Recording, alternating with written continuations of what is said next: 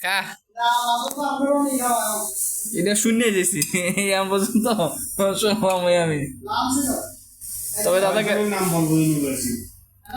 তুমি খালি শুনিয়েই যাবা কয়জনের নাম বলবো বলো আজকে কয়জনের নাম বলবো তো না 4 জনে খাইছে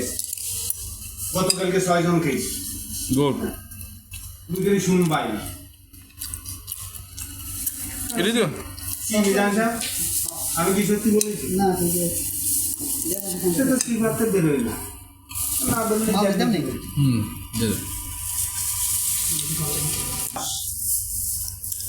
শোনো আমি ছিল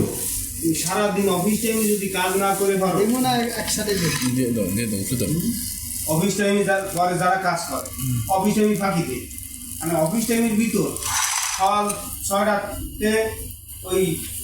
3:30 পর্যন্ত যদি কেমন কাজ করো, অফিসারটা মনে করে নেন তাহলে নাস্তা খাওয়ার সময় পাও না এত বার উঠতো